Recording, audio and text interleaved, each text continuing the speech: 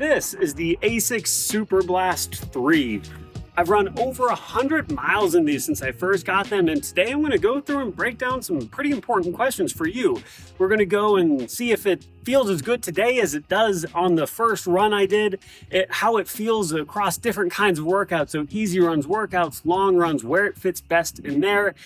The feel of the shoe, the geometry, the durability so far, which is interesting. We're also going to go through and cover how it compares here versus other shoes. So I'm going to talk Vomero Plus and Mega Blast and Nova Blast and a couple of other shoes, one of which you might be surprised about.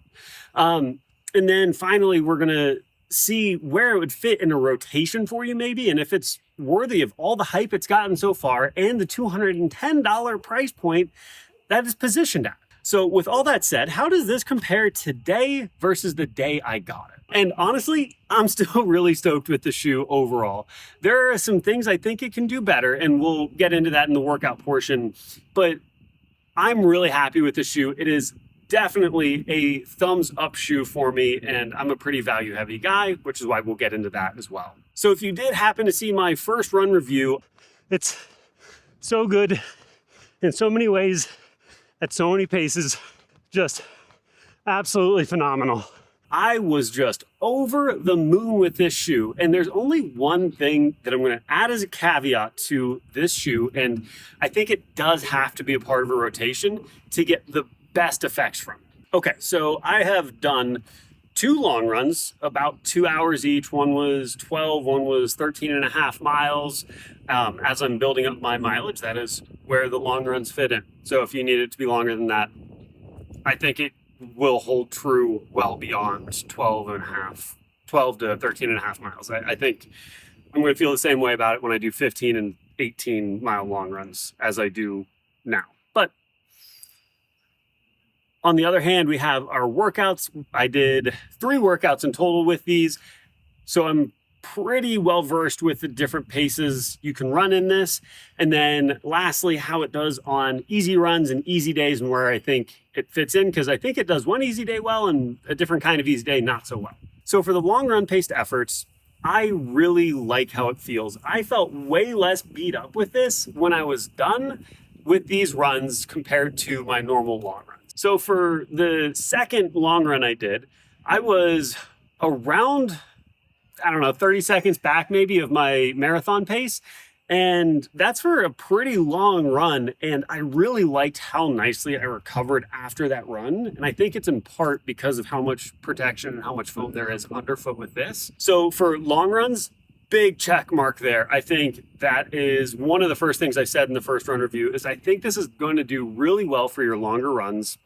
The workouts are where I wish I had a little bit more oomph from the shoe. It has the FF Leap foam and it feels really good, but when you start getting into the 630 range, it's not quite as bouncy maybe as I would want it to be. In the comparison video between this and the Mega Blast, that's when I was like, finally, this is where I feel like the speed is at. So it's just not something I'm going to ask this shoe to do. I did 2 different things that stand out in my mind. I had a friend who was much faster than me catch up to me on a run, and I just said, well, we'll see how long we can hang with him. So we were cruising between 6:30 and 7-minute pace, and it felt good. This was earlier on. It felt like there was enough bounce back that I could hang at that pace. And what's really good about it is the weight being as light as it is. I think it really is a big saving grace for the shoe if you're trying to go fast. Like, man, any shoe at 8.3 or 8.4 ounces is going to feel pretty good when we're trying to run fast. Now, on the other thought that really stuck out to me is on that long run, there's a pretty long downhill section where I got cruising pretty decently. I was running about 630 pace because it was reasonably downhill. But what I really liked is all the shock absorbance that came with that. So, when you're running downhill, you kind of have to overstride so you can control your speed. And I didn't feel like I was really pounding into the ground super hard. It felt like this was taking a big brunt of that force, which I really appreciated the following day when I felt pretty decent. And then for easy runs, this is the only other qualm or other thing about the shoe that I don't know if I love. I was running in this pretty much only with a couple of exceptions, for about 3 weeks, maybe 3.5 weeks. And there are just some days where I want some ground feel, where I want to have less underfoot. And that's not obviously what this guy does at 46.5 millimeters of stack. I just wanted easier feeling miles some days where I'm like getting some ground feel. So like the Mount to Coast R1, I really liked that. I liked how that felt after getting out of this and doing a run in those. I liked getting out of this and going into the Skechers Aero Razor for a different workout that I did. It was just a different feeling. So I think you really need this to be a part of a rotation where you have a little bit more, another shoe that's a little bit more ground feel. So we're going to set this down and keep going. Now, another thing I did want to add to the workout portion that I almost forgot about is it doesn't feel like a bulky platform, which I also really appreciate. So when you've got a shoe that is this big and has this much stack height, you worry, like, is this going to be too much and feel unstable or rocky? And it just doesn't. It does a really nice job of being a lightweight, balanced platform. I think that's one of the things ASICS did the best with this shoe. Is making it feel like less than it is, but still being obviously incredibly protective. You may also have noticed 2 other shoes pop up. I'm going to talk about a bunch more, but I had these 2 on hand, so they get to join us. So I think that transitions us really nicely into how the geometry of the shoe is and how's the fit and feel overall. So I would say it's definitely a good upper. I really like how they did it. It's like it is nicely padded without getting obnoxious, and it's not overly heavy because of the upper.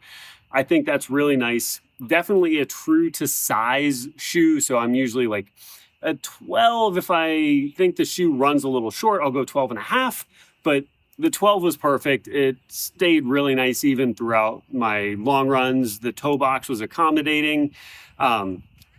And the ride of the shoe is just really good. I think that's one thing they hit on the head. It is not like an overly rockered geometry. It's not like it throws you off the end of the shoe. Equally, it's not entirely flat either. So like, it's not like an Ultra where there's no rocker at all. It's not like, I didn't think the New Balance 1080 felt very rockered. It's not like an old Pegasus that is just kind of flat. It is a nice in-between of that and something like the Saucony Azura. Now, you might notice I do have this heel locked, but that's really just because I heel lock all of my shoes at this point, basically. I didn't have any issues at all with slipping around on the shoe. I thought that was really nicely done. They also did a great job with the stability side to side. So like, there was never a point I was really worried about cornering, going around a turn, more so than any other shoe. Or like I didn't feel like I was dumping in or getting pushed out. It just felt very mild in a lot of ways, which can be really, really beneficial if you're somebody who has a tendency to feel like you're getting pushed one way or another or do anything. It feels like it really does want to work with you and your foot, which is excellent. Now, I did just have it flipped over right here. So next we'll talk about durability. So I'll get nice and close for you here. So I'm going to run just the whole thing through the camera real quick for you. This is obviously 100 miles later. I'll go the sides and really not a bunch of really bad creasing here, which is impressive considering it's FF Leap, which is known to crease quite a lot. Same thing coming through here. I mean, you can see them like it's definitely creasing some, but I don't think it's really all that bad, especially for being 100 miles in. We do have some small abrasions here on the outsole that's not covered by the rubber. So you've got a little bit here, a little bit on the forefoot as you get to the front of the rubber here, a little bit back, but so far, I honestly think the grip is handling itself really quite well. Now, one thing I do have to say on the durability aspect is it did feel like it got a lot softer as I was going on, and it's already a very soft shoe. So it doesn't feel like it lost any of the protection, but it didn't feel like it had quite the same bounce. So for me, the way I'm going to continue using this is easy paces where I want more cushion underfoot up to marathon pace work. I don't think I'm going to go and do a workout in this shoe unless it's like a workout where I'm kind of hedging against some pace and it's like, I want to do a workout, but I'm trying to feel good afterwards. I just don't see why I would choose that for a workout over like a Skechers Aero Razor or like a real carbon plated shoe like my Endorphin Pro. With that said, though, I do think I'm going to get up 300-400 miles with the shoe. It's not like it feels like totally crushed. As I said, I'm a relatively large guy, and running down a hill at 630 pace, I'm smacking the ground pretty hard. And I gave it kudos on that front. Like, I feel like it did do the protection job. Just doesn't feel like the bounce is quite as high as it was maybe on the first run review, where I was just like cranking that 630 something mile and feeling really good about it. Now, we're going to come back out here in just a moment, but I think having run repeats data is going to be really helpful for this. So I'm actually going to take us to the studio right now. And just like that, we are here in the studio. I want to run through all of this run repeat data. I think they really do some of the best reviewing in the game. And then folks like me can use this data to help inform opinions and help kind of distribute information to you guys. So this is the review. It finally came out, and we're going to come down here to the comparisons chart. Now, these are some pretty good comparisons. What I wanted to do was pull some of the most used or most asked about shoes in comparison to the Superblast 3. So fortunately, those videos did pretty well, and I had a lot of comments coming through. So we're comparing versus the Mega Blast, the Nike Vomero Plus, the Nova Blast, just to see where it fits into the category, or at least ASICS's lineup, and then the Salomon Aeroglide 3, interestingly. And it does much better than I expected, which is great because I love the shoe. So over here, the big numbers I like to look at, and you do usually want to use the numbers tab right here. That's going to give you your most reliable comparison. So like if you just have this, it'll say like high shock absorbing or energy return is good. And of course, all of these are, but I like getting to the nitty gritty. So Superblast 3 versus Mega Blast for shock absorption.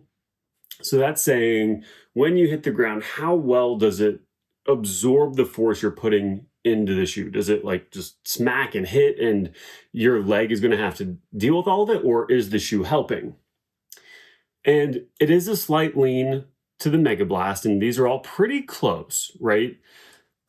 But we just want to see differences. Vomero Plus is a little lower than both of them. Nova Blast even lower than that, and then the Salomon Aeroglide with more shock absorption than the Superblast 3. That's a little surprising. We'll see in the density, the Superblast is a little softer than the Aeroglide is, but we'll keep coming along here. I was really impressed that the shock absorption was as good as it was for the Aeroglide 3. I know I love the Aeroglide 3. I have done a lot of miles, over 250 miles in them, but it's interesting that at that price point, it is beating some of these big dog shoes, including the Vomero Plus. So I think the Aeroglide 3 is way underrated, especially because you can find it on sale now. So getting a crazy deal there. Now, energy return is the next number I look at a lot here. And that was one of the big complaints that Run Repeat had with the shoe in general, is they thought 67, 68% was a little too low. And they said it was because of the carrier foam. So in the first run, I showed the FF Blast Plus versus the FF Leap foam being two different density foams that usually adds the stability that the shoe needs. And frankly, I thought ASICS did a great job with it, but I understand how the energy return could be a little lower than you might want it to be. If they had a different carrier foam with a little more energy return, I could see that number being even higher. So definitely a lean to the ASICS Mega Blast here. I think that is a pretty respectable difference. So by all means, I think the Mega Blast should be a better shoe, but This is why trying it on, seeing how it fits on your foot with your gait is so important, because I didn't really like the Mega Blast. It just didn't work for my foot. The upper didn't work. I never felt like I was getting a bunch of pop out of the shoe. So I don't know. You got to keep trying stuff, and I'm going to keep trying to make the Mega Blast work, partially because of the numbers, but that's why you always need to try shoes on when you're going to order stuff. And if it doesn't work for you, just because numbers say it should, doesn't mean you need to try and force any. So coming over to Vomero Plus, very similar numbers here. Energy return is good for both the Superblast and the Vomero Plus. And again, these are all really good numbers. If we go to the words, high energy, high energy, high energy, again, Nova Blast, moderate, and then high energy. The Nova Blast 5 has a lower energy return number, which is not surprising at all. I just kind of want to show, like, in the lineup, the Superblast is definitely way better than like a normal daily training option. 63 for energy return is not great. And that's before the shoe dies. So I'm hopeful with the Nova Blast 6. They're taking some of the foam from the Mega Blast and putting it in the little 4-foot pod of the shoe. I'm hopeful that helps, one, maintain it a little better, because the FF Turbo Squared is really durable. And then two, I'm hoping it makes it feel a little more lively. And then back here to the Aeroglide 3, 68 versus 67. So only a small tweak, but again, when we're talking value, which is a big thing to me, that's pretty daggone impressive to have just a little more energy return. So for them to be in the same conversation, I think is really impressive. Traction's not usually a huge thing that I worry about. And I had some comments that were like, it feels unstable when I'm making turns coming from the other folks. And I was like, I don't know. I thought it was pretty fine. It didn't really bother me at any point. So traction was good here. The traction actually beats out any of the other shoes. So again, I thought they did a great job there. Now, there are two other metrics that I want to hit on here. Normally, I'm just looking at shock absorbance, energy return, and stiffness, but I'm adding in weight here just because I think that helps with some additional context. So with the weight, we're talking 8.3 for the Superblast for 7.7, and the Mega Blast 10.2 in the Vomero Plus, so certainly heavier. I had a lot of people comparing them. I don't know if you feel that on foot, but noteworthy. Again, just where the Aeroglide does such a great job is it's putting so much value into a lower cost shoe. 8.7 versus 8.3, man, I just don't think you're noticing that at all when you're running. The big difference between the Aeroglide 3 and the Superblast is down here. And this midsole stiffness is talking about how squishy or how firm the foam is. The Superblast 3 is far and away the softest out of this grouping. It's one of the softest shoes that Run Repeat has ever tested. And I would certainly agree with that. I think you're getting so much good smush out of it. But again, what ASICS did great is they made that feel stable, which huge props to them on that. That's a really impressive feat to be able to make a very soft, shock-absorbing shoe feel as stable as it is. The Aeroglide 3, I think, will last longer than the Superblast 3 because it is a little stiffer. And you know, actually, I think this is kind of interesting. The FF Turbo Squared and the Mega Blast says it's supposed to be softer than the Aeroglide 3, but I don't feel that way at all. Over here with the Aeroglide 3 versus over here with the Mega Blast, you know, I've had both of them on. I've run a bunch in both of them, and I keep leaning towards the Aeroglide 3. I've got over 250 miles in them. I put them on, did a run the other day, and I was like, wow, these still feel light and bouncy, and I love that. And I think that goes to show durability is certainly something you can get in soft shoes, but firm shoes are going to generally last longer. The foam is just more resilient.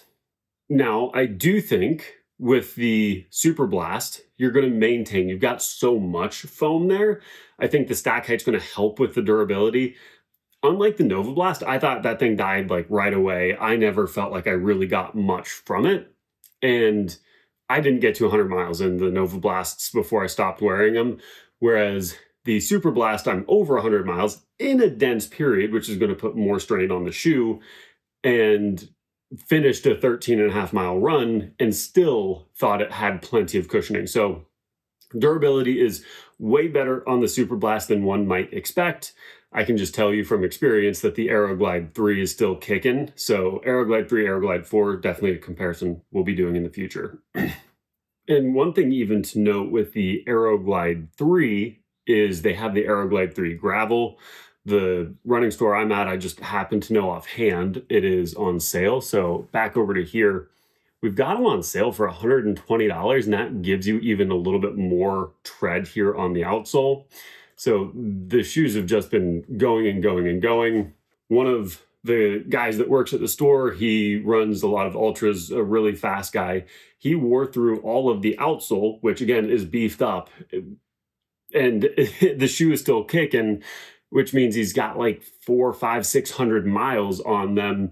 He's like, yeah, I couldn't kill the foam. I just eventually ran out of tread, which again, phenomenal. So I just wanted to hop in here real quick, use some numbers to really back what I'm saying with some of these comparisons. If you have more questions, you're obviously more than welcome to drop them. I can pull it up on Run Repeat or do an entire video for you on it. I think the Vomero Plus is going to be a shoe. There's a new colorway coming out soon, and I'm going to wait for it to come out, but I think we're getting a Vomero Premium that I can compare against stuff just because so many people like it. I think having the context for you guys is going to be helpful. But yeah, if there are any other shoes you want me to compare Superblast to or against, or a group of shoes, let me know and I can see what I can do on that front. So with that said, we're going back outside. And just like that, we are back outside to answer the last two questions. Where's the value in this, and where would it fit into a rotation to close my final thoughts out? So I actually do think it's worth the value, with a caveat that if you like the Superblast 2 being a little firmer, I think getting that shoe for $150 is an absolute stinking steal. And apparently the shoes are going flying.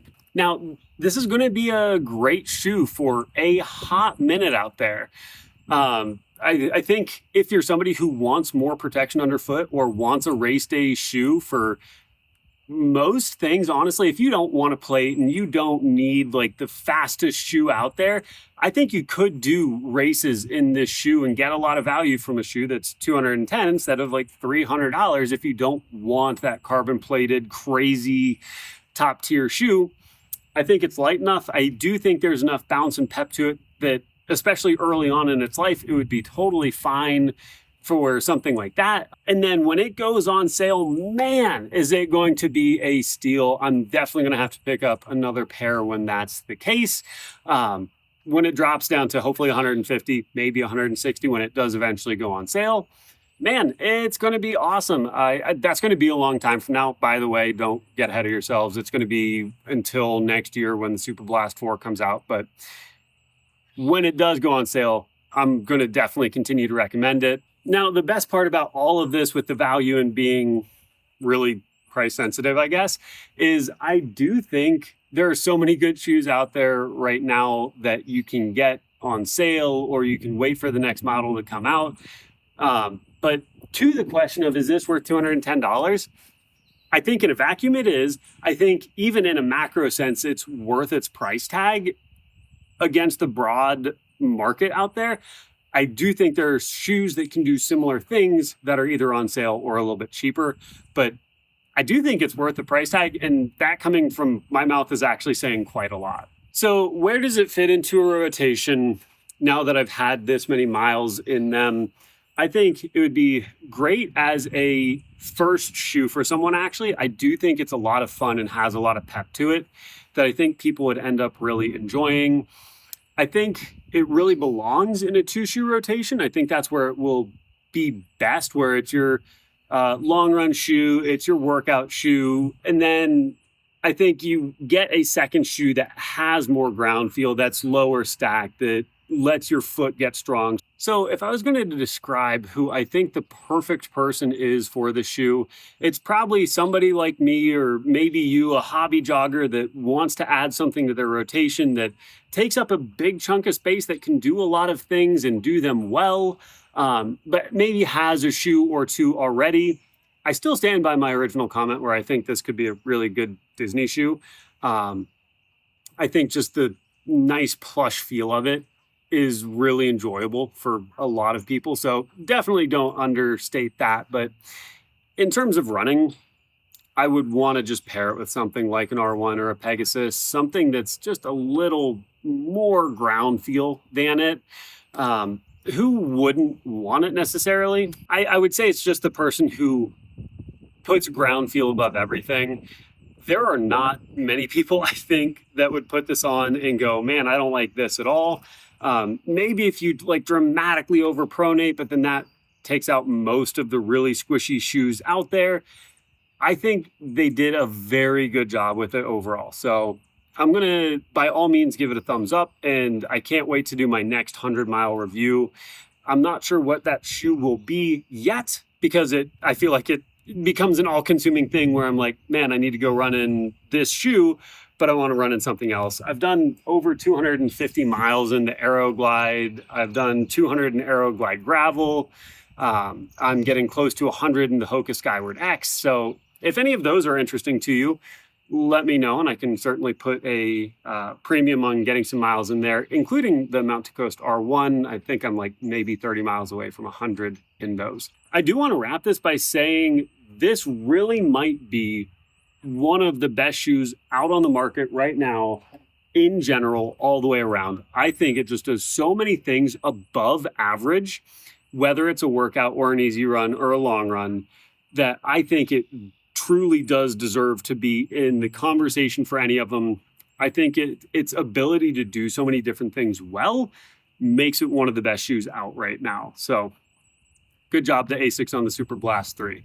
If you made it this far into the video, I would love some support with an On Toast t-shirt or a quarter zip or socks, and the hats are coming soon. It is in the mail right now, the last batch of samples. So if you want to support the channel, if you find reviews like this helpful, definitely grab a piece of merch. That would make my day.